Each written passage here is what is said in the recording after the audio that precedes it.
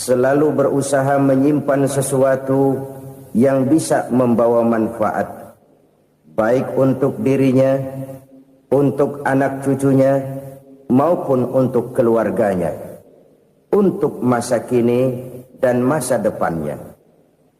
Kadang simpanan itu berbentuk uang, kadang berupa tanah, lain saat berbentuk pabrik, dan lain sebagainya. Sementara masa depan yang paling pasti adalah akhirat.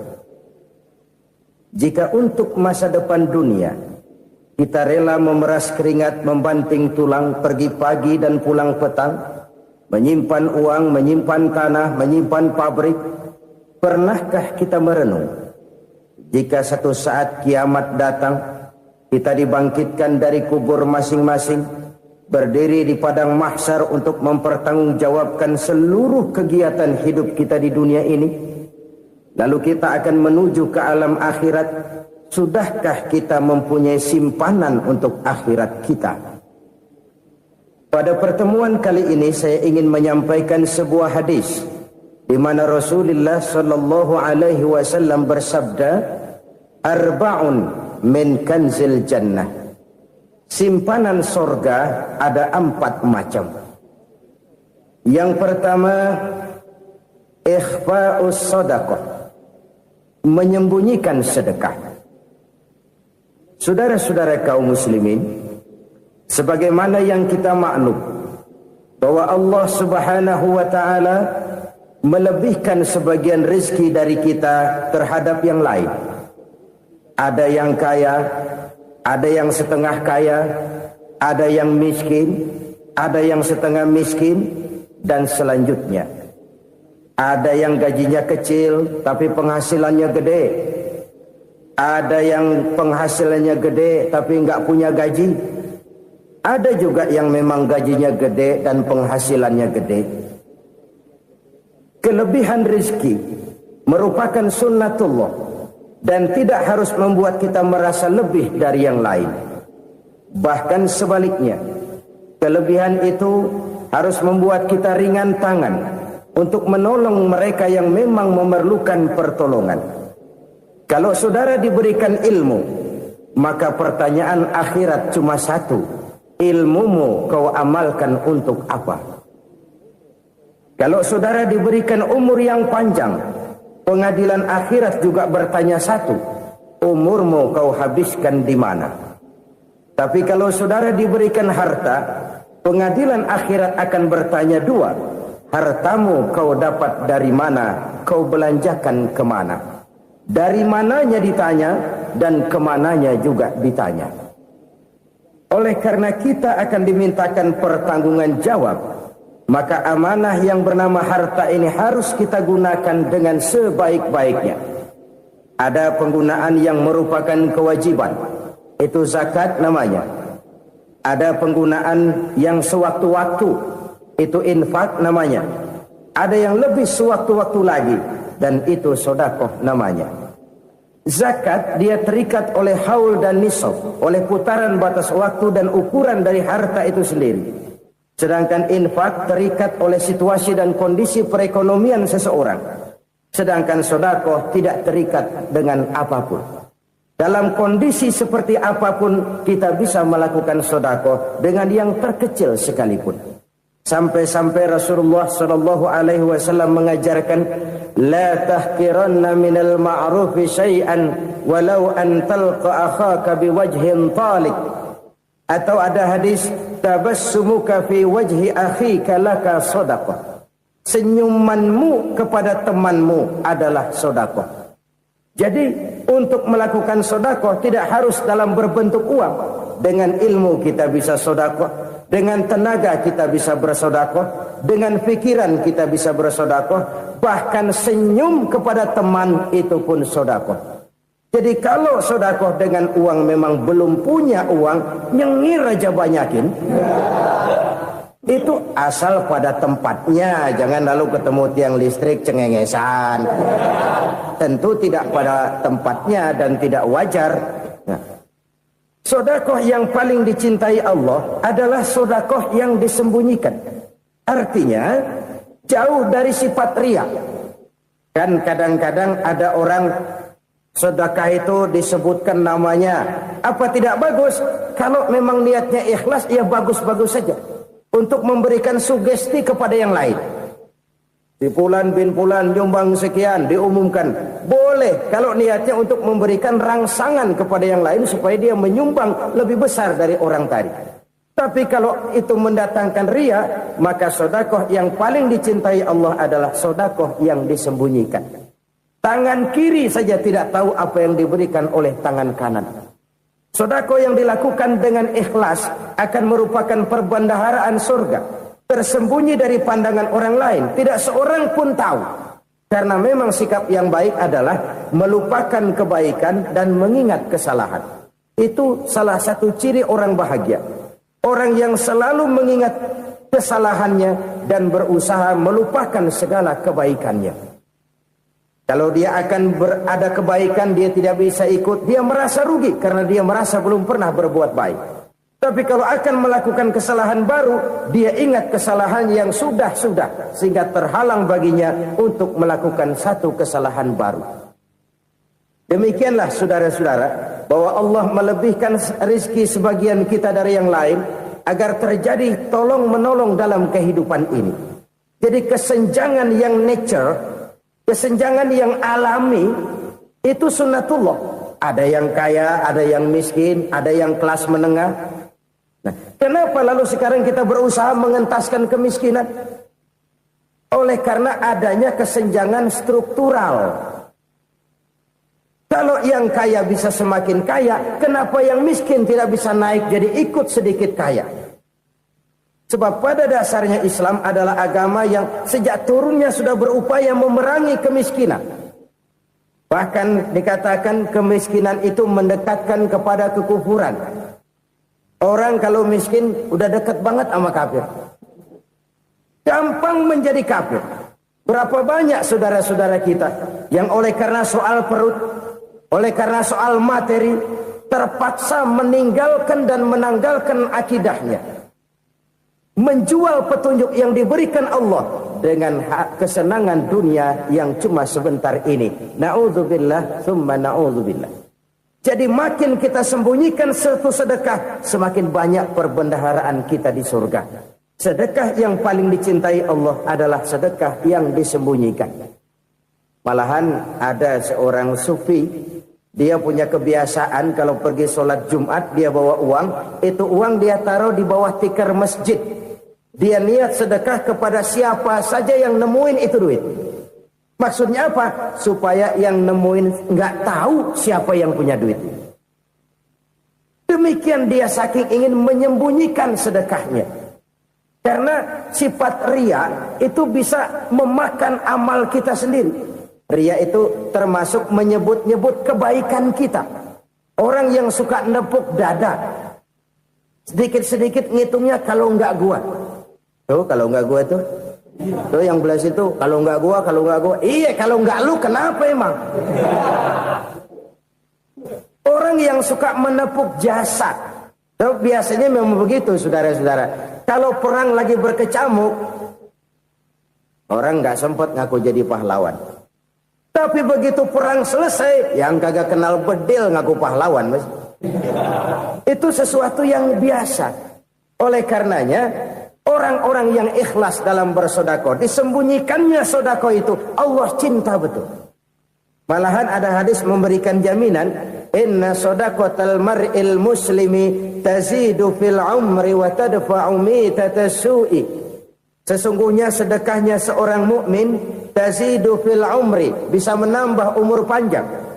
Wa tadfa'u mitatas su'i, dan menyelamatkan manusia dari mati secara su'ul khatimah. Jadi siapa yang kepengen panjang umur, banyaklah sedekah.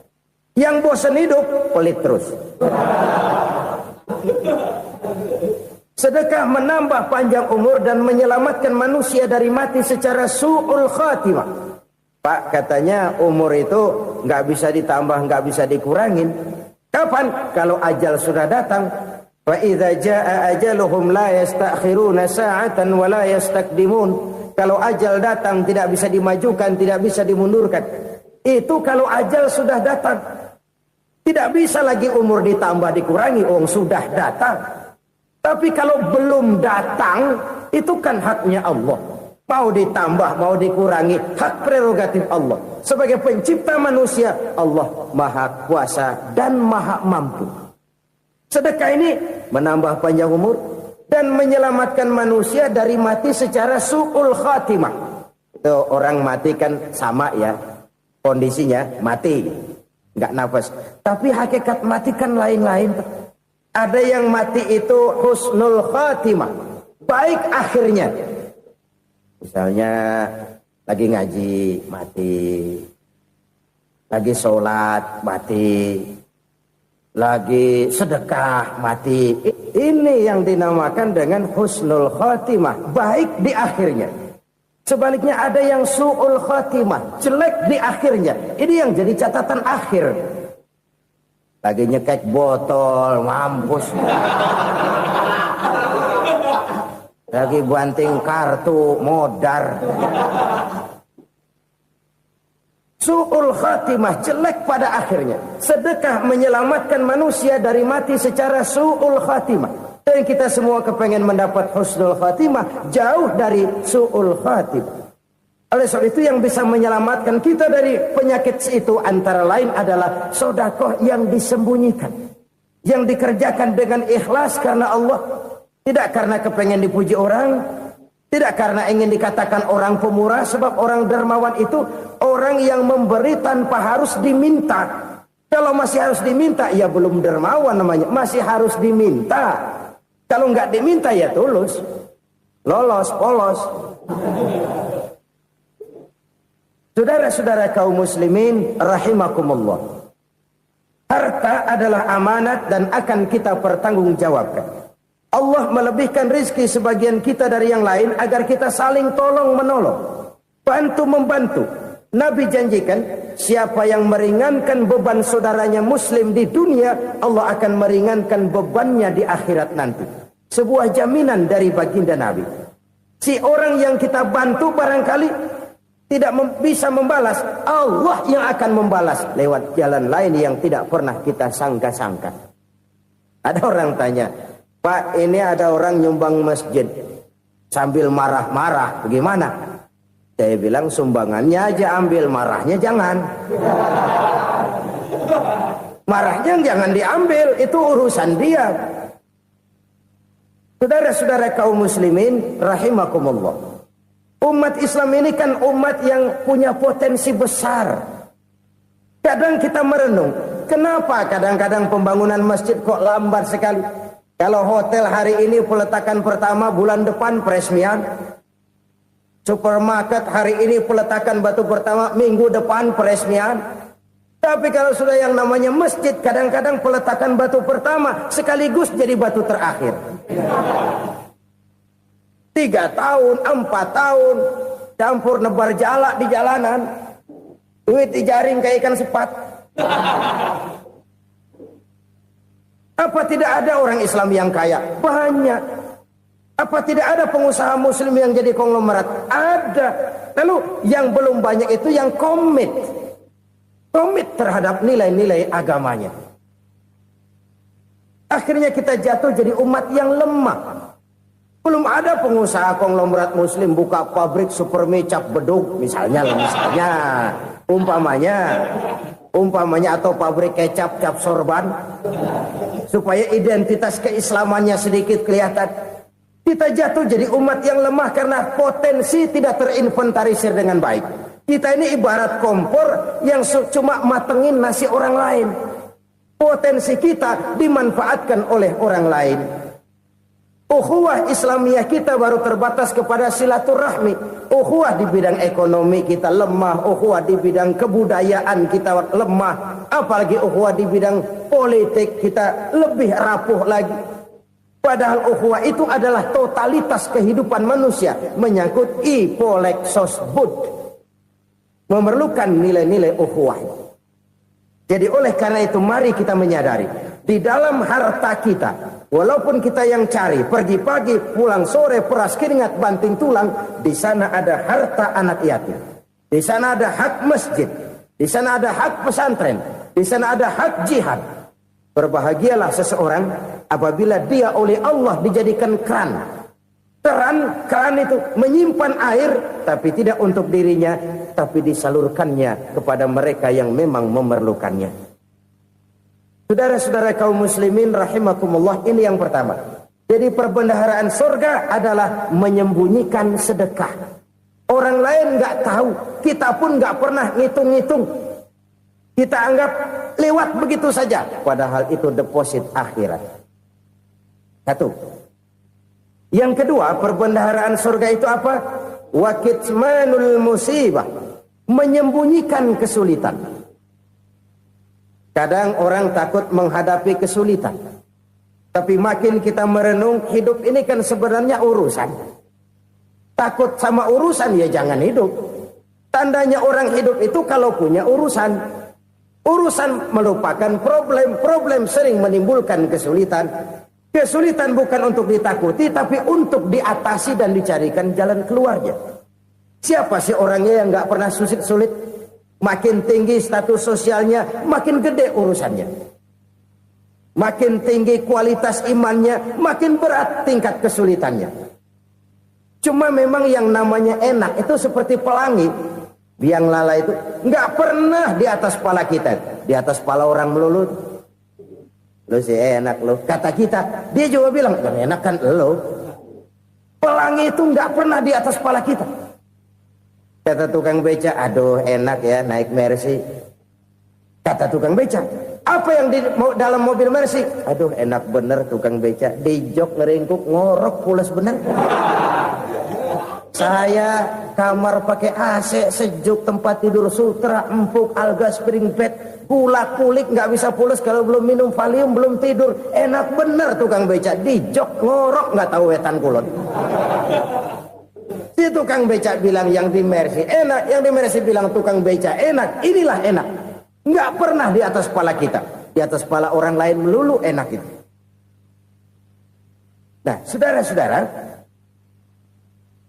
yang merupakan perbendaharaan surga itu orang yang bisa menyembunyikan kesulitan, baik pribadi ataupun rumah tangga. Nih terutama rumah tangga yang jadi soalnya. Kadang-kadang kita ini kalau senang, sebaliknya kalau senang kita diam, kalem aja, cuek. Banyak banget duit kita bawaan, diam aja udah. Malah ketemu orang takut.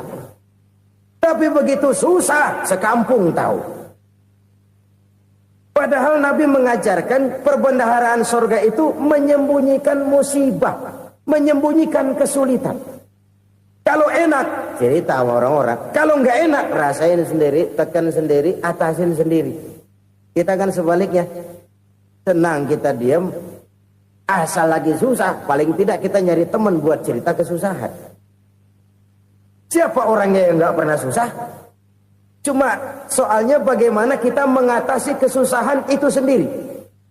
Begitu juga misalnya kalau orang sudah berumah tangga, itu orang tuanya harus menjadi tempat dia cerita yang enak-enak saja. Yang nggak enak rasain berdua, selesaikan berdua, atasin berdua. Jangan dibalik. Asal senang diam, giliran susah saja. Maknya laporan. Terbalik. Bisa menjaga security informasi. Maka nama bayam keluar diam, malah seluitan. Enak amat lo makan daging ayam. Security informasi. Saudara-saudara kaum muslimin rahimakumullah. Ujian yang terberat itu yang pernah diberikan kepada para nabi, para rasul, para aulia, para ulama. Makin tinggi keimanan, makin berat bentuk kesulitan. Ayo saya kemukakan satu contoh saja. Ada seorang nabi yang kaya, nabi kaya, namanya Nabi Ayub. Iblis kalau orang begini kan keki. Ibadahnya rajin, kaya. Nih yang kayak begini susah digodain. Kalau ibadahnya rajin, miskin, kali bisa disogok.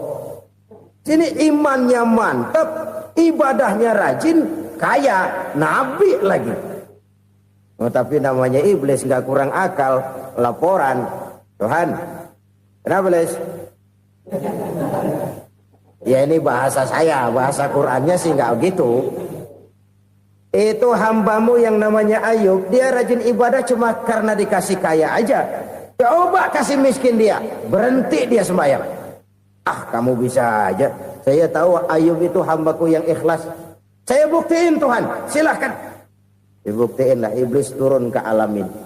Yang mula-mula dia lakukan, dia rusak sawah ladang Nabi Ayub. Dia binasakan binatang ternak Nabi Ayub. Sehingga dalam waktu singkat, jatuhlah Nabi Ayub dari orang paling kaya, jadi orang paling miskin.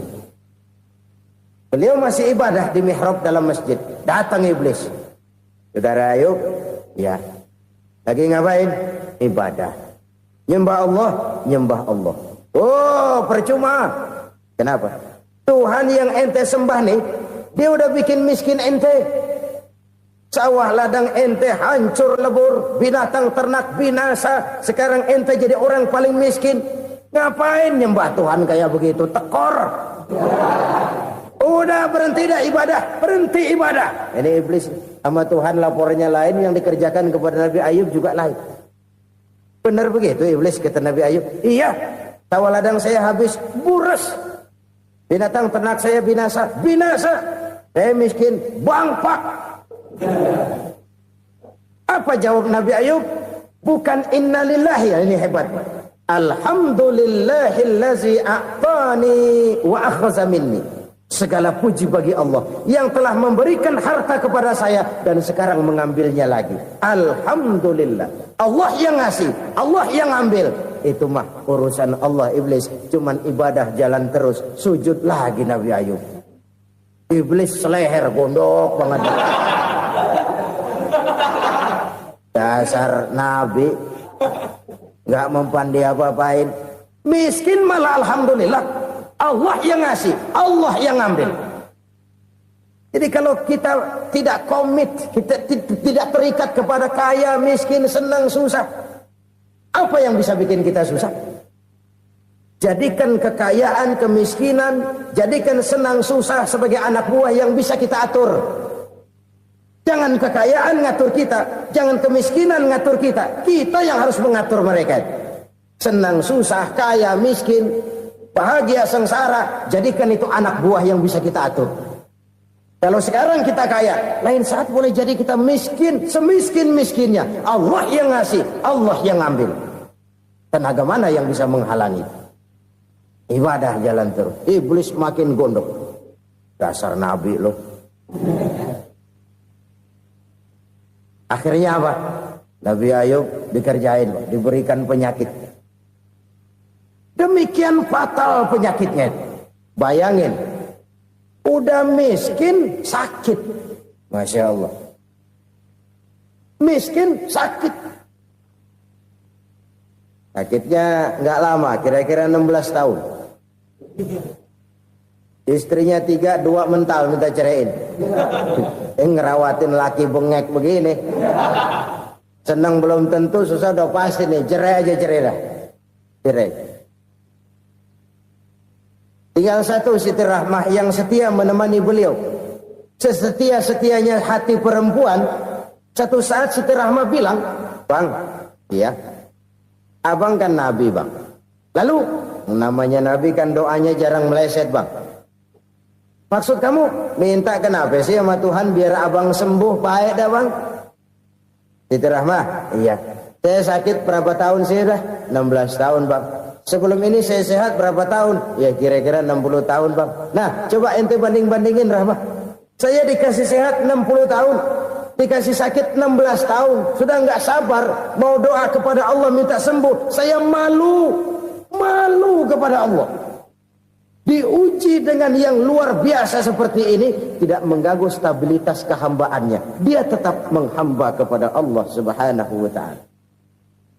Saudara-saudara kaum muslimin rahimakumullah. Kunci menghadapi kesulitan itu apa? Allah jelaskan dalam satu ayat, wa basyiris sabirin alladzina iza asabathum musibah qalu inna lillahi wa inna ilaihi raji'un. Gembirakan orang-orang yang sabar. Siapa mereka itu?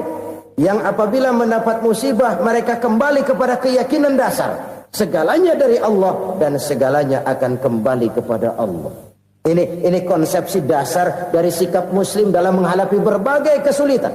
Segalanya dari Allah, segalanya akan kembali kepada Allah. Kalau ini sudah kondisi dasarnya, maka kita akan lapang menghadapi kenyataan bagaimanapun pahitnya. Apakah itu namanya miskin, apakah itu namanya sakit, bahkan maut sekalipun.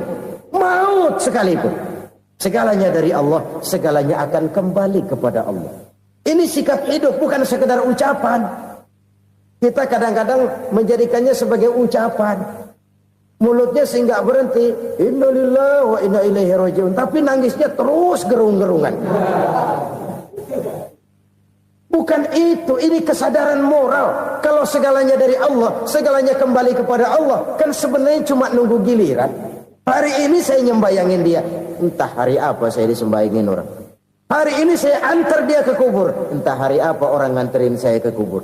Hari ini saya tahlilkan dia, entah nanti kapan orang tahlilkan saya. Segalanya dari Allah, segalanya akan kembali juga kepada Allah.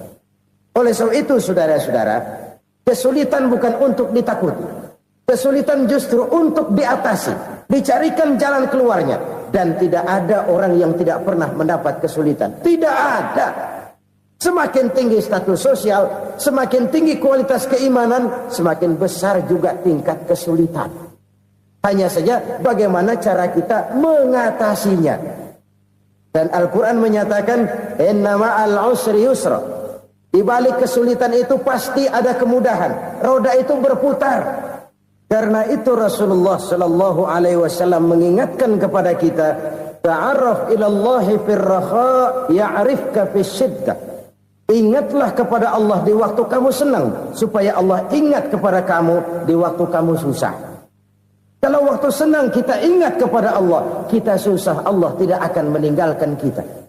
Tapi kalau waktu senang kita jauh dari Allah, sujud tidak sempat, dengan masjid jauh, ketika senang kita lupakan Allah. Nanti begitu kita susah, Allah lupakan kita. Dan itu menyakitkan. Oleh karena itu orang-orang tua kita dulu bilang, kalau lagi sehat ingat-ingat lu bakal sakit nanti. Kalau lagi kaya ingat-ingat satu saat kita bakal jatuh miskin.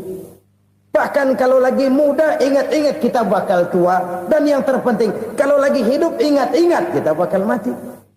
Saudara-saudara kaum muslimin rahimakumullah. Jadi yang kedua yang merupakan perbendaharaan surga, menyembunyikan musibah. Saudara-saudara kaum muslimin rahimakumullah. Hal ketiga yang merupakan perbendaharaan surga adalah wasilatur rahmi. Orang yang suka bersilaturahmi. Sebagaimana yang kita maklum bahwa manusia adalah makhluk yang disebut zon politika. Makhluk sosial yang tidak mungkin hidup sendiri-sendiri. Betapa dan siapapun kita memerlukan orang lain. Bodoh betul manusia kalau tinggal di tengah masyarakat tapi tidak mau bermasyarakat. Merasa hebat sendiri, pinter sendiri, gagah sendiri, kaya sendiri. Mungkin kalau mati juga ngubur sendiri. Jangankan kita di sini. Di sorga saja Nabi Adam waktu sendirian bengong melulu, ngondar mandir. Allah tegur dam sepi dam. Jadi ini kalau bahasa saya, iya Tuhan sepi ini nggak ada coret-corekan pisan ini. Diciptakan Siti Hawa baru anteng Nabi Adam. Itu di sorga. Cobalah. Umpamanya saudara tinggal di Jakarta nih. Kayak bener. Apaan aja di Jakarta punya saudara dah. Jembatan Semanggi ambil. Monas, Buntel bawa pulang. Hotel-hotel ambil semua. Cuman tinggal di Jakarta sendirian. Apa enaknya? Betapa dan siapapun kita perlu orang lain. Tidak ada seorang pun yang bisa memenuhi kebutuhan hidupnya secara sendiri-sendiri. Nah, Islam telah menyelamatkan manusia dari ras diskriminasi. Mengikat manusia dengan persaudaraan yang berlandaskan kepada akidah. Karena itu dianjurkan bersilaturahmi. Bahkan Nabi menyatakan, man arada ayyubsata lahu fi rizqihi wa yunsa'a fi atharihi falyasil rahimah. Siapa yang kepengen diluaskan rezekinya dan dipanjangkan usianya, banyaklah ia bersilaturahmi. Siapa yang kepengen dimudahkan rezekinya, hendaknya ia banyak bersilaturahmi. Kalau banyak teman, kesulitan kan paling tidak ada tempat cerita. Udah susah, sendirian kita pikirin diri, nggak ada tempat tukar pikiran. Cepet banget sama bengek. Dilawan sendiri. Nah, secara makro kita bisa berkata, tidak mungkin ada kemenangan kalau tidak ada kekuatan. Tidak ada kekuatan kalau tidak ada kesatuan dan persatuan. Tidak mungkin ada kesatuan dan persatuan tanpa semangat silaturahmi. Kalau umat Islam mau menang, dia harus kuat. Kalau umat Islam mau kuat, dia harus bersatu. Kalau umat Islam mau bersatu, dia harus membudayakan silaturahmi ini. Bahkan sampai-sampai kata Nabi, kalau bisa cari nilai tambah. Apa? Silman qata'ak. Bersilaturahmilah kau kepada orang yang marah denganmu. Masya Allah, indahnya ajaran agama kita. Orang yang marah pun kepada kita, kata Nabi, kalau bisa bersilaturahmilah kepadanya, kepada orang yang marah itu. Di situ nilai tambah. Cuman jujur nih hadis, ngucapinnya gampang, ngamalinnya yang berat banget. Orang marah sama kita, kita disuruh silaturahmi, ada apa malu? Lu marah, ada gue marahan lagi. Tunggu pikirin. Saudara-saudara kaum muslimin rahimakumullah. Tapi ini yang diajarkan, bahkan ini yang dicontohkan oleh baginda Rasul. Bagaimana begitu mudah? Misalnya satu saat Abu Jahal ini ngatur strategi bagaimana bikin Muhammad celaka. Dia gali lubang di depan tempat tidurnya. Dia tutupin daun korma. Terus dia panggil seseorang, ke sini. Kasih tahu Muhammad, pamannya sakit keras, minta ditengokin.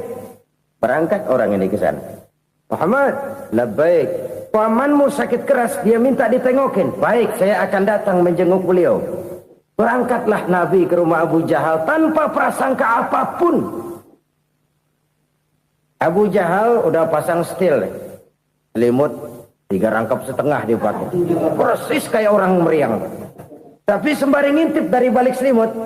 Begitu Muhammad buka pintu, nah, masuk perangkap nih. Muhammad jalan menuju tempat pembaringan. Makin lama makin dekat, makin lama makin dekat. Makin dekat ke lubang yang dipasang oleh Abu Jahal itu. Dalam hati Abu Jahal, terus dah jatuh, mampus dah lo ini. Mampus lo hari ini nih. Apa yang terjadi?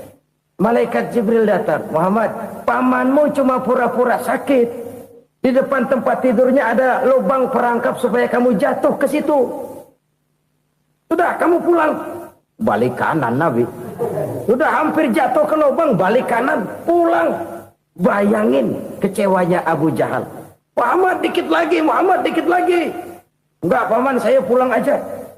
Emosi bangun dari tempat tidur, enggak sadar kalau lagi pura-pura sakit. Lompat ngejar Nabi, dia lupa dengan lubang yang dia gali. Serak, nyemplung sendiri ke dalam lubang.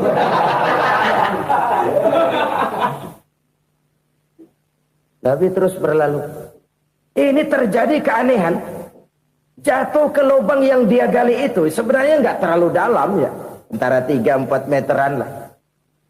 Tolong, saya jatuh ke lubang ini. Datanglah pelayan-pelayannya itu. Angkat saya dari sini. Ngulurin tambang. Satu gulung, belum juga nyampe itu tambang. Kurang, beli lagi ke warung. Sambung, ulur lagi, nggak juga bisa sampai. Wah, ini kerjaan Muhammad ini. Tolong, siapa salah seorang kamu ke rumah Muhammad, kasih tahu encangnya kecebur. Minta ditolongin. Sampaikan kepada Rasul. Kenapa?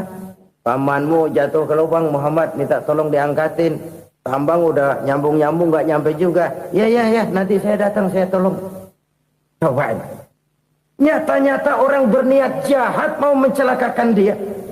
Datang dia menolong. Ini yang disebut air tuba dibalas air susu ya ini. Bukan sebaliknya. Air tuba dibalas air susu. Paman, kecebur ya? Iya Muhammad, tolong ini. Pegang tangan saya. Nabi ulurkan tangannya. Nyampe. Dipegang oleh Abu Jahal. Diangkat ke atas. Sampai atas. Apa kata Abu Jahal? Sihirmu memang hebat Muhammad. Udah ditolongin dikata sihir. Yang enak kita kemplang kan itu orang begitu.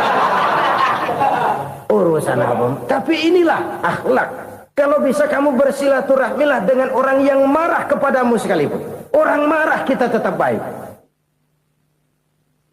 So, kalau kita berbuat baik sama orang yang memang baik, rasanya sih biasa-biasa aja. Orang baik kita baik lagi, ya draw aja, belum ada nilai tambah di situ. Baru ada nilai tambah kalau kita bisa berbuat baik kepada orang yang nyakitin kita. Itu namanya kita setingkat di atas dia. Dia sakitin kita, kita berbuat baik sama dia. Dia pelit sama kita, kita baik sama dia. Dia marahin kita, kita deketin dia. Di situ kita punya nilai tambah. Jadi siapa yang ingin diluaskan rezekinya kata Nabi dan dipanjangkan umurnya, hendaklah ia banyak-banyak bersilaturahmi. Sederhana sebenarnya silaturahmi. Tapi silaturahmi membangkitkan semangat kesatuan dan persatuan. Kesatuan dan persatuan melahirkan kekuatan. Dalam matematika, 1 ditambah 1 pasti 2. Tapi di tengah masyarakat, 1 orang takut ditambah 1 orang takut, hasilnya jadi 2 orang setengah berani. Kenapa setengah berani? Karena udah berdua. Tadi pan takut sendirian. Kalau dia kumpul turu-turu takutlah jadi berani. Kita yang lemah, kita yang tidak berdaya, kita yang miskin, kalau mau kompak bersatu, apa yang nggak bisa kita kerjain? Apalagi tinggal di kota besar, pilihan cuma 2, bertahan atau minggir. Bertahan atau minggir. Untuk bisa bertahan harus mampu bersaing. Untuk mampu bersaing harus punya keahlian. Keahlian harus ditunjang dengan pendidikan. Ditambah oleh kekompakan sebagai umat. Udah miskin mencar mulu, orang injek kita. Orang nggak pandang urusan apa malu. Oleh karena itu silaturahmi pada hakikatnya merupakan roh dari ukhuwah yang diajarkan oleh agama kita. Bagaimana Islam menyelamatkan masyarakat manusia dari ras diskriminasi, mengikat manusia, dan tidak ada persaudaraan yang lebih indah selain persaudaraan yang diikat dengan nilai-nilai akidah. Sepanjang orang di jalan Allah, itulah saudara kita. Keluar dia dari jalan Allah, selesailah persaudaraan sampai di situ. Karena itu, kalau ingin menyimpan sesuatu di surga, banyaklah bersilaturahmi. Datang ke rumah ini, datang ke rumah itu, dan lain sebagainya. Itu simpanan kita di akhirat nanti. Ini yang ketiga. Saudara-saudara, yang keempat, perbendaharaan surga itu apa? Wa qawlu la hawla wa la quwwata illa billah. Ucapan la haula wa la quwwata illa billah. Ibadah kan ada yang berat, modalnya besar. Bangun masjid berat, modalnya besar. Bangun rumah sakit berat, modalnya besar. Ada ibadah yang berat, tapi modalnya ringan. Misalnya puasa. Puasa itu berat, mengendalikan nafsu. Kalau sekedar nggak makan nggak minum sih enteng, mengendalikan nafsu itu jihad terbesar. Tapi kan modalnya ringan, cuma niat saja. Ini ibadah berat, modalnya ringan. Ada ibadah yang ringan, modalnya juga enteng. Seperti termasuk ucapan la haula wa la quwwata illa billah. Tanpa sadar, la haula wa la quwwata illa billah, nyelengin tuh di surga. Nyelengin, kita nggak terasa, nyelengin simpenan akhirat. La haula wa la quwwata illa billah, nyimpan lagi. Kaget, la haula wa la quwwata illa billah, nyimpan lagi. Banyak simpenan. Walaupun sebenarnya yang dimaksud di sini adalah kesadaran batin bahwa tidak ada daya dan kekuatan kecuali Allah. Itu intinya. Kita memulai pekerjaan disunahkan baca bismillah, kan begitu. Apa itu? Kesadaran moral. Bahwa ini saya bisa kerjakan. Saya kerjakan ini dengan menyebut nama Allah. Kenapa? Kalau Allah tidak memberikan daya dan kekuatan, mana mampu saya kerjakan ini. Maka saya kerjakan ini dengan menyebut nama Allah. Bismillah. Kesadaran moral. Manusia hanya wajib berusaha, tapi nggak pernah wajib berhasil. Banyak hal-hal yang kalau kita renungkan secara rasio nggak mungkin. Tapi jadi kenyataan. La haula wa la quwata illa billah. Tidak ada daya dan kekuatan kecuali bagi Allah semata-mata. Kesadaran moral akan kelemahan dan keterbatasan makhluk bernama manusia. Kadang kita kagum dengan otak, tapi kita sering lupa sama yang bikin otak. Padahal bagaimanapun hebatnya otak, yang bikin otak pasti lebih hebat dari otak. Nggak percaya, silahkan otak-otakan. Inilah kecenderungan. Kita kagum dengan pesawat-pesawat mutakhir, bukan main besi gede banget terbang itu. Alangkah hebatnya. Lalu apa yang bikin otak tidak lebih hebat dari itu semua?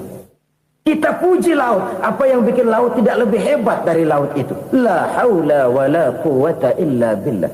Tidak ada daya dan kekuatan kecuali Allah. Apa yang bisa kita lakukan?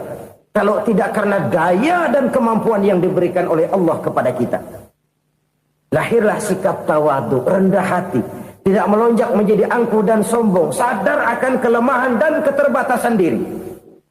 Sebagai makhluk yang diciptakan oleh Allah subhanahu wa ta'ala. Jadi satu sisi ini ucapan yang berpahala. La haula. Jadi wiridan. Pada sisi lain ini kesadaran moral. Sikap mental, kesadaran batin bahwa yang punya daya dan kekuatan itu cuma Allah. Kita nggak pantas untuk sombong, sebab sombong itu pakaiannya Allah. Kita nggak sedang pakai pakaian Allah, kegedean. Dan makin kita renungi, makin terbentur. Apa sih yang bisa kita sombongin? Kita mau sombong apa? Kaya, pintar, itu kan semua relatif. Di atas langit masih ada langit lagi. Jadi oleh karenanya, marilah kita menyadari. Manusia hanya wajib berusaha, tapi tidak pernah wajib berhasil. Yang berusaha saja tidak wajib berhasil, apalagi yang tidak berusaha. Islam bukan agama orang pemalas yang selesai sholat lalu endelohom, nggelenggem ayem-ayem. Tapi Islam bukan agama orang sombong yang setelah berusaha lalu tidak memerlukan Allah. Kita bisa saja bikin proyeksi tahun sekian kita bakal panen besar menurut perhitungan otak. Tapi ada kejadian lain. Apa? Tikus ngambek. Habis itu dimakanin tikus, panen gagal. Proyeksi rasional gagal oleh tikus-tikus yang ngambek itu. Bisa saja terjadi. Tahun depan kita panen besar. Urung. Kenapa? Musim panas panjang. Dan sekarang ini koran-koran bikin berita musim mengalami penyelewengan. Bukan cuma manusia yang nyeleweng sekarang. Musim pakai nyeleweng. Mestinya kan musim hujan udah selesai. Masih hujan-hujan juga. Musim. Nah sekarang kita boleh bikin proyeksi. Kita bakal panen besar. Tahu-tahu musim panas panjang. Sawah retak, air kering.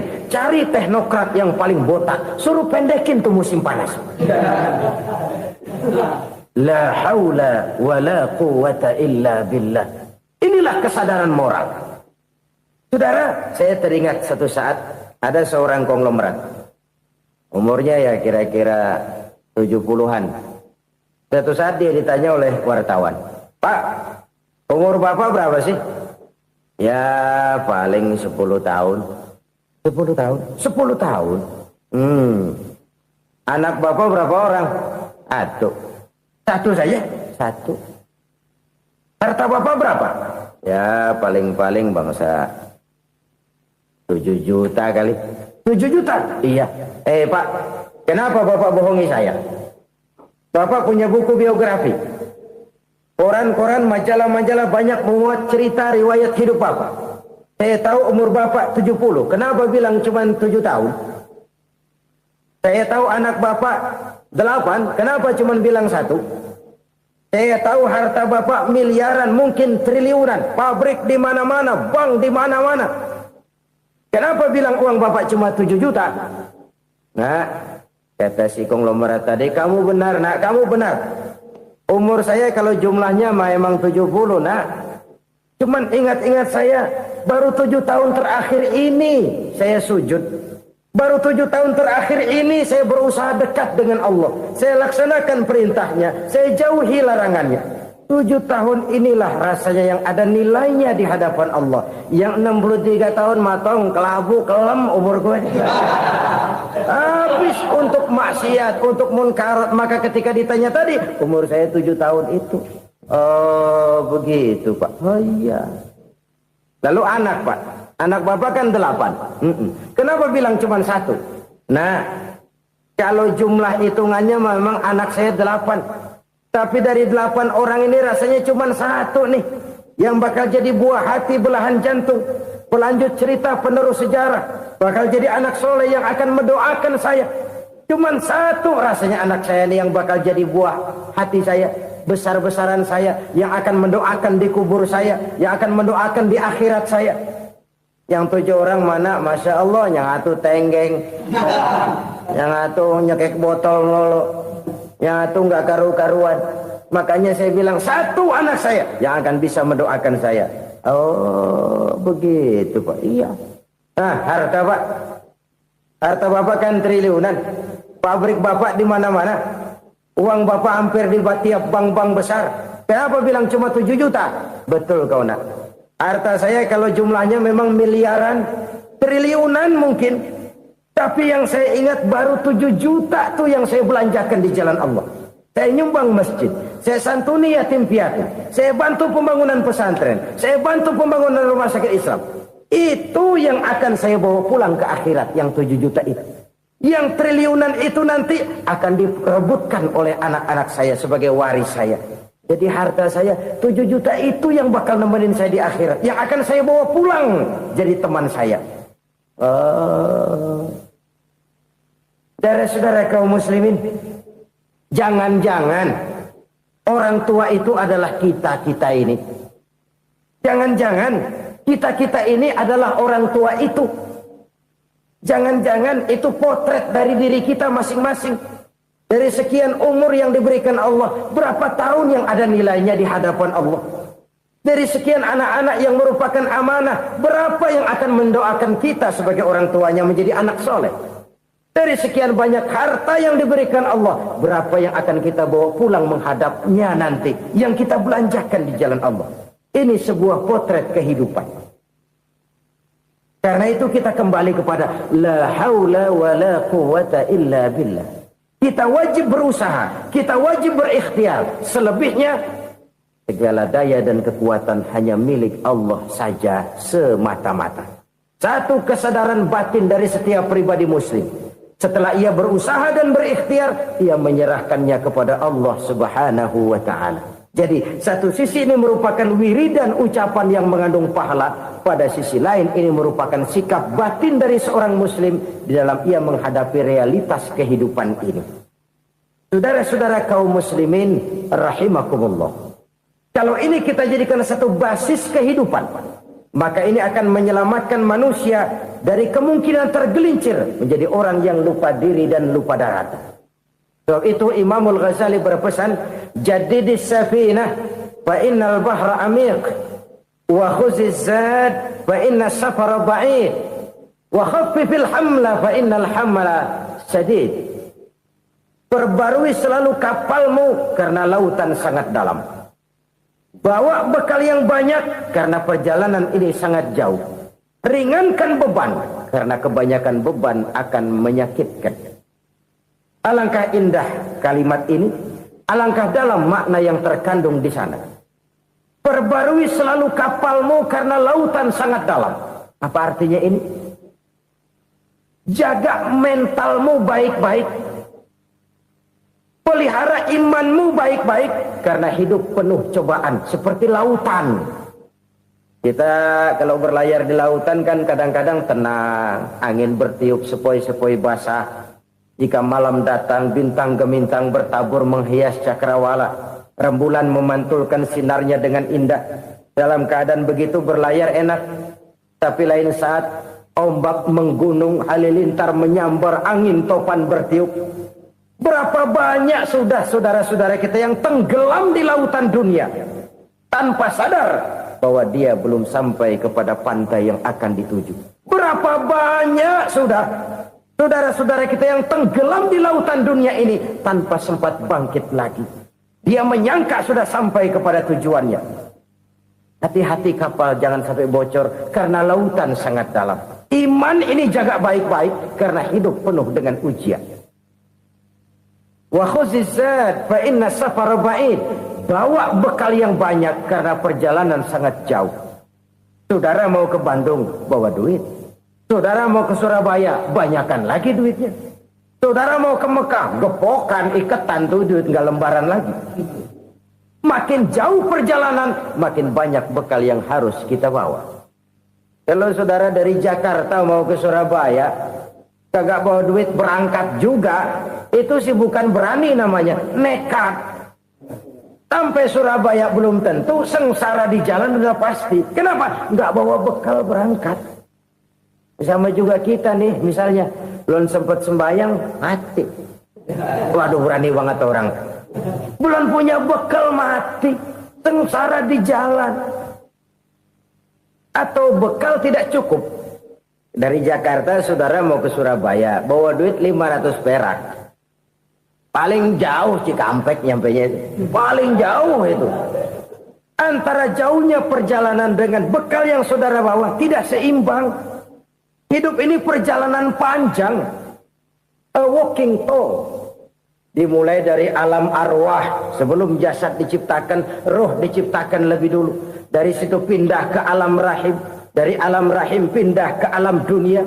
Dari alam dunia pindah ke alam barzah. Baru menuju akhirat. Satu perjalanan panjang. Kalau bekal tidak bawa, sengsara di jalan. Bawa bekal yang banyak karena perjalanan ini sangat jauh. Wa khaffifil hamla, ringankan beban karena beban itu cuma akan menyulitkan. Kalau bekal itu sih keperluan, tapi beban nggak kita perluin, cuma ngeberat-beratin. Apa ini beban? Dosa, kecurangan, kebatilan, kezoliman, ketidakadilan, kesewenang-wenangan. Itu akan jadi beban kita di akhirat. Alangkah celakanya, perjalanan panjang, bekal tidak bawa, beban kelewat banyak, alamat sengsara di jalan. Pahala tidak ada, dosa berlipat ganda. Na'udzubillah, summa na'udzubillah. Kalau kita rangkum nasihat Al-Ghazali dengan kisah si konglomerat tadi, kita akan mengambil kesimpulan. Pertama, bekal terbaik dalam menghadapi gejolak kehidupan ini tidak lain adalah iman. Yang kedua, pahala dan dosa. Dua hal kontroversial. Pahala adalah bekal, dosa adalah beban. Tapi kita sekarang kan tidak begitu terangsang kepada yang abstrak. Orang berlomba mencari yang konkret-konkret saja. Yang real. Kalau memang dosa, benjol dong. Kira-kira begitu. Kira-kira begitu. Persis orang Yahudi dulu. Orang Yahudi itu kan pernah minta kepada Nabi Musa. Ya Musa, lan nu'mina laka hatta narallaha jahrah. Musa, kami nggak bakal mau beriman kepada Allah kalau belum kami lihat Allah ada nongkrong di depan kami. Kalau memang Tuhan ada, taruh dong di depan kami. Mau yang konkret-konkret saja. Kalau memang dosa, benjol dong. Kalau memang pahala, berasa dong. Orang terangsang kepada yang real, yang konkret-konkret saja. Karena itu, untuk mengejar dosa, orang mau bayar. Tapi untuk mengejar pahala, walaupun tidak bayar, orang segan. Ini yang dikatakan oleh Nabi, kamu mengharapkan ke surga, tapi kamu berat melaksanakan sesuatu yang bisa membawa kamu ke surga. Kamu ingin jauh dari neraka, tapi tiap saat kamu lakukan perbuatan-perbuatan yang justru menjerumuskan kamu ke neraka. Idda'aitum an-najata minan nar wa ramaitum fiha anfusakum. Kamu ingin selamat dari neraka, tapi kamu lemparkan diri kamu ke neraka. Kamu ingin masuk surga, tapi berat sekali kamu melakukan perbuatan-perbuatan yang bisa menyampaikan kamu di surga. Saudara-saudara kaum muslimin rahimakumullah. Jadi hal keempat yang merupakan perbendaharaan surga adalah la haula wa la quwwata illa billah. Satu sisi ini merupakan ucapan yang memperberat timbangan akhirat. Pada sisi lain ini merupakan sikap hidup seorang muslim. Kesadaran batin yang sangat dalam bahwa tidak ada daya dan kekuatan kecuali Allah. Dan itu kita simbolkan pada saat memulai pekerjaan dengan bismillah, dengan menyebut nama Allah. Satu kesadaran moral, saya hanya bisa melakukan ini karena diberikan daya dan kekuatan oleh Allah. Lahirlah sikap tawadu, rendah hati, tidak melonjak menjadi angkuh dan sombong. Saudara-saudara, sampai sini dulu jumpa kita kali ini. Semoga 4 perbendaharaan surga ini dapat kita lakukan, yang kelak akan merupakan bekal kita di kemudian hari nanti. Amin ya rabbal alamin. Bapak-bapak, ibu-ibu, saudara-saudara kaum muslimin rahimakumullah. Di dalam kehidupan kita sebagai seorang muslim, minimal 5 kali dalam sehari semalam kita mendengar seruan untuk mendirikan solat yang disebut azan. Ada kalimat menarik di dalam kalimat azan itu, yakni seruan hayya 'alal falah, marilah menuju kepada keberuntungan, marilah meraih kemenangan. Seruan ini adalah kecenderungan dari setiap manusia, apapun warna kulitnya. Artinya, setiap orang dalam hidup selalu ingin meraih dan mencari kemenangan. Kemenangan akan melahirkan kepuasan batin, dan kepuasan batin memberikan kebahagiaan. Sedangkan kekalahan melahirkan penderitaan batin, dan penderitaan batin menjerumuskan seseorang di dalam berbagai bentuk kerugian. Jikalau inilah seruan azan, maka masalahnya ialah apa yang menyebabkan kita meraih kemenangan. Al-Quranul Karim memberikan tuntunan dan ajaran kepada kita bahwa orang-orang yang memperoleh kemenangan itu tidak lain adalah orang-orang yang bertakwa. Hanyalah mereka yang bertakwa kepada Allah Subhanahu wa ta'ala pada akhirnya akan tampil sebagai pemenang. Lalu siapa orang yang bertakwa itu? Dijelaskan dalam awal-awal Al-Baqarah, orang yang bertakwa yang akan meraih kemenangan. Pertama, alladzina yu'minuna bil ghaib, yaitu orang-orang yang beriman kepada yang gaib. Percaya bahwa ada alam yang gaib, alam yang abstrak, alam yang tidak bisa dijangkau oleh salah satu daripada panca indera kita. Mereka percaya dan beriman kepada adanya malaikat, beriman kepada adanya iblis dan jin, beriman kepada adanya alam kubur, beriman kepada adanya alam mahsyar, beriman kepada adanya alam akhirat, beriman kepada adanya surga dan neraka. Beriman bukan cuma sekedar beriman dalam ucapan bibir saja, tetapi beriman yang nilai iman itu mampu mewarnai gerak dan gaya hidupnya. Iman yang meresap sampai ke tulang sumsum, kemudian memberikan dampak positif di dalam kehidupan manusia. Alam, kita tahu, adalah sesuatu yang selain Allah, dan Allah bukanlah alam. Apapun namanya selain daripada Allah, itu adalah alam. Alam pada hakikatnya terbagi menjadi 2. Ada alam syahadah, alam nyata, alam konkret, alam yang bisa dijangkau oleh salah satu indera kita. Kemudian ada alam ghaib, alam yang tidak bisa dijangkau oleh panca indera kita, alam metafisika, alam abstrak, alam yang wajib kita imani keberadaannya. Kita percaya bahwa malaikat itu ada, Kita percaya kepada jin, bahwa jin itu ada. Kita percaya kepada adanya iblis dan setan. Bukan percaya kepada iblis dan setannya, percaya bahwa iblis dan setan itu ada. Itu termasuk salah satu daripada sifat orang yang bertakwa kepada Allah.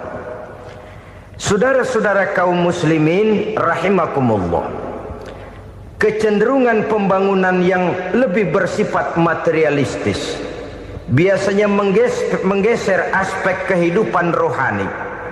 Orang berpikir empiri, dan dalam pola pikir yang demikian maka alam gaib tidak lagi mendapat perhatian. Aspek kehidupan yang bersifat rohaniah malah mulai ditinggalkan. Akibatnya terjadilah kepincangan di dalam kehidupan kita. Pernah ada satu pengalaman pribadi dalam perjalanan kembali ke tanah air. Dalam pesawat di sebelah kanan saya duduklah seorang Jerman namanya Heiner Simonsen. Iseng saya ajak kenalan, saya ajak ngobrol, saya tanya dia. Saya bilang, Mas Heiner ini, kalau pesawat yang kita tumpangi ini jatuh ke bawah, kira-kira apa yang bakal terjadi, Mas? Dia bilang, kita semua akan mati. Begitu? Iya. Oke. Apa itu mati? Tanya saya. Dia bilang, untuk tahu apa itu mati, kita harus tahu lebih dahulu apa itu hidup. Saya pikir nih bule bisa ngomong juga. Baiklah kata saya. Apa hidup menurut Anda itu? Oh, hidup itu dia bilang, kalau seluruh anggota badan kita bekerja secara normal, paru-paru memompa darah secara normal, jantung berdetak secara normal, sel-sel tubuh bekerja secara fit, dan organisme tubuh hanya mau bekerja secara normal, dia bilang, kalau kita memberi makan yang cukup, menu yang teratur, dan gizi yang lengkap. Saya bilang, kesimpulannya apa, Ner? Dia jawab, hidup adalah dari tangan ke mulut. Life is from the hand to the mouth, kata dia. Hidup adalah dari tangan ke mulut. Jadi masalah hidup tidak lebih daripada masalah isi perut. Orang pergi pagi, pulang sore, peras keringat, banting tulang, perut yang dibelain. Saya bilang, you are wrong. Sampean salah, Ner.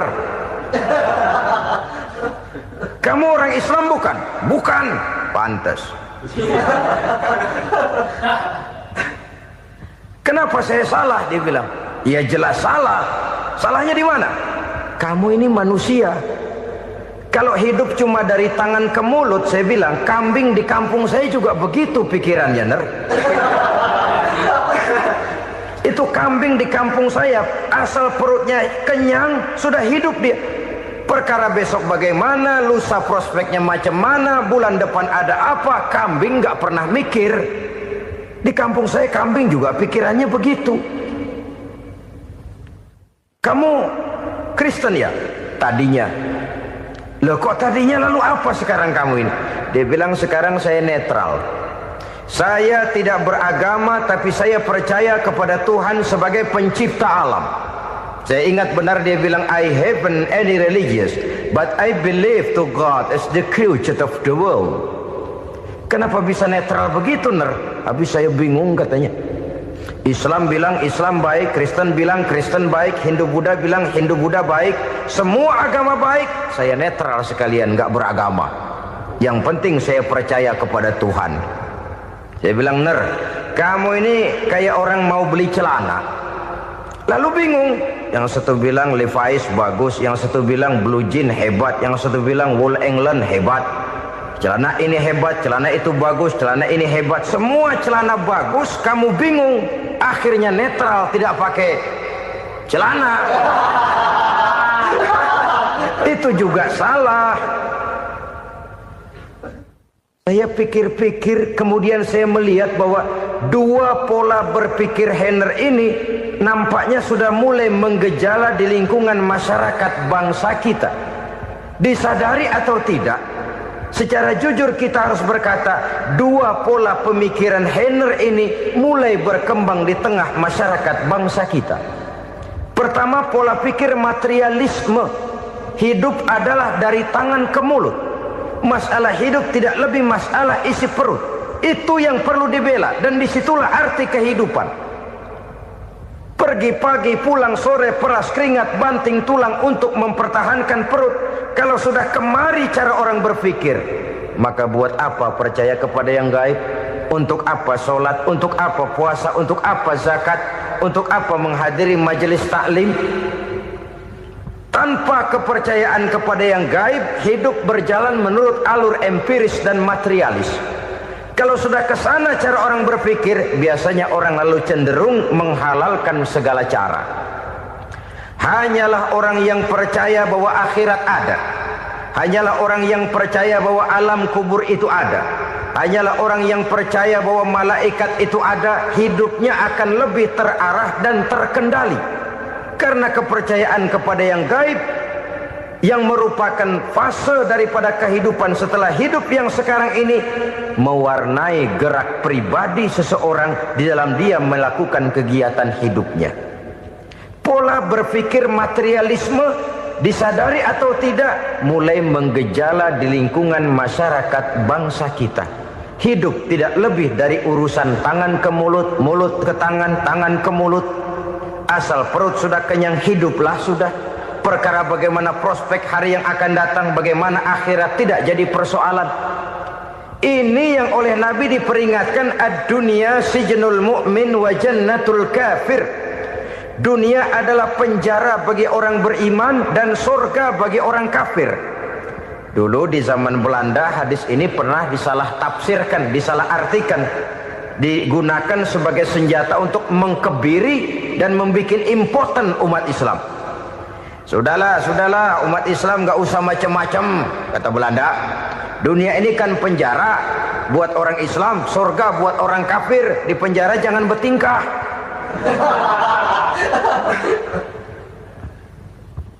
Pengertiannya tidak begitu. Dunia adalah penjara bagi orang mukmin. Artinya dalam kehidupan dunia seorang mukmin tidak bebas memperturutkan hawa nafsunya. Di penjara hawa nafsunya itu. Sebaliknya, surga bagi orang-orang kafir. Buat orang kafir, surgalah dunia ini. Mereka bebas memperturutkan hawa nafsunya.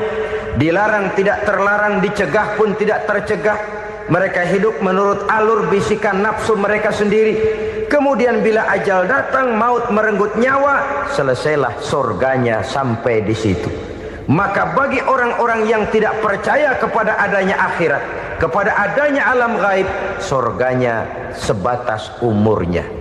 Sekali lagi, surganya sebatas umurnya.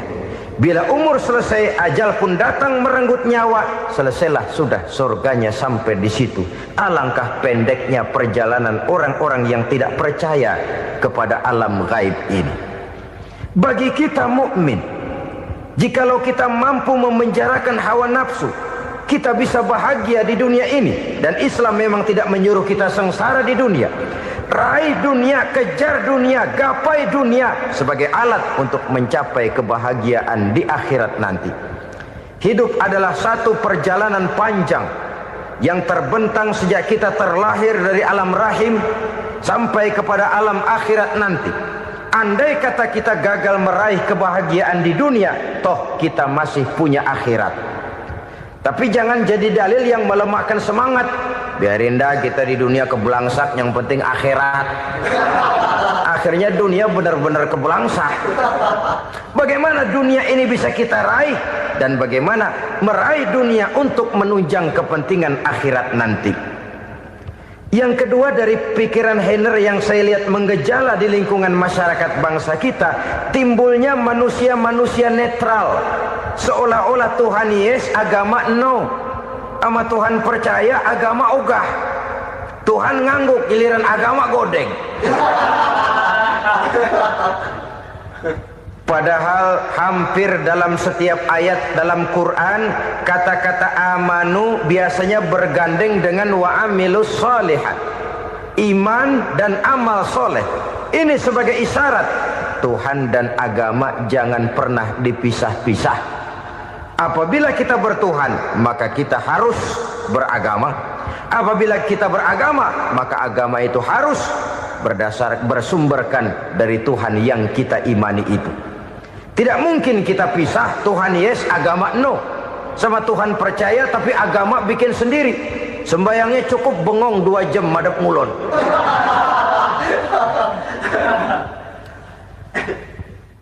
Saudara-saudara kaum muslimin rahimakumullah.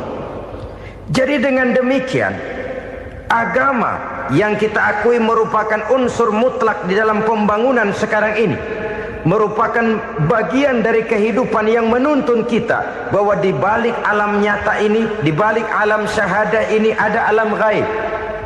Dan mudabbir, murabbi, yang mengatur, yang menguasai, yang memelihara baik dia alam nyata, baik dia alam gaib, tidak lain adalah Allah Subhanahu wa ta'ala. Di sana ada satu super power, satu maha kekuatan yang kita perlu bersandar kepadanya. Sebagai makhluk nyata yang hidup di alam nyata, berbuatlah secara nyata sebagaimana harusnya kita berbuat. Karena Islam jelas bukan agamanya orang pemalas.